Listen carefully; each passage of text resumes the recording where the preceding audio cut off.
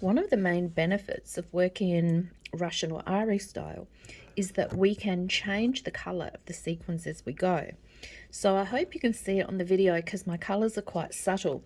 But on petal number 1, I used the main colour, and then just down here I introduced a second colour for some shading.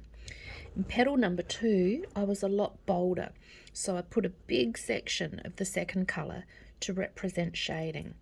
So this is what will add a layer of complexity to our flower. Instead of it just being one colour like we do when we work upside down in French, with working from the top, we can change colours as we go. You can see what you're doing. If you don't like the colour graduation that you're creating, you just pull it out and you do it again. So there's a couple of important steps or things to consider, and that is we don't want to create stripes.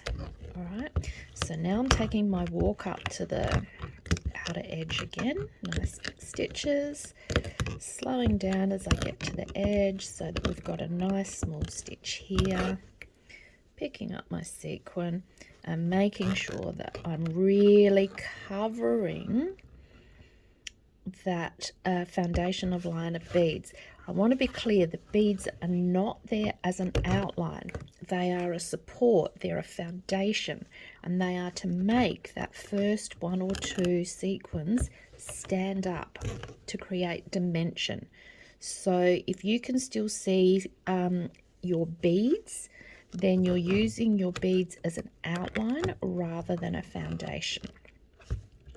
You can see here that I'm really packing these in tightly, and this is where I'm going to start stepping it, is probably a good way of calling it.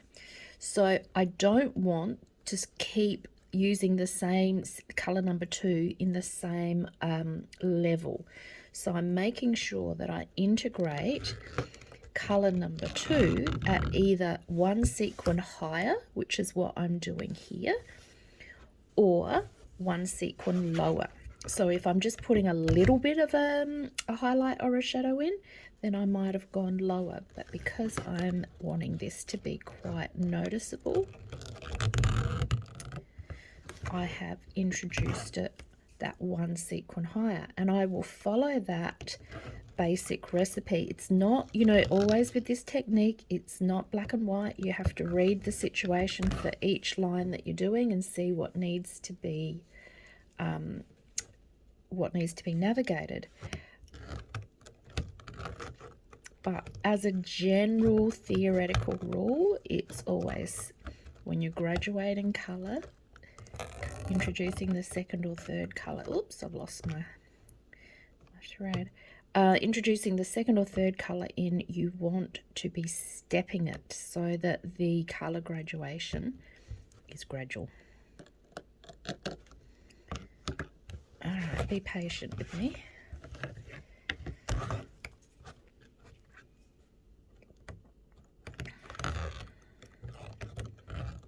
Put that one in there. Alright, now I'm taking my walk up to the outside edge again.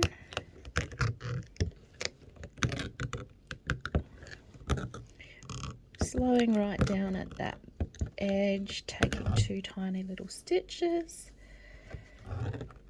Really making sure that that first sequin is standing right up proud. And then I'm going to start my next row.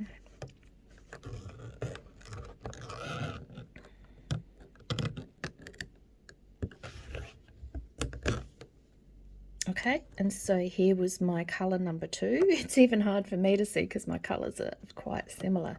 But here's my next step up for integration, so that I've got a nice gradual flow up through here. All right, hopefully that's helpful, and good luck.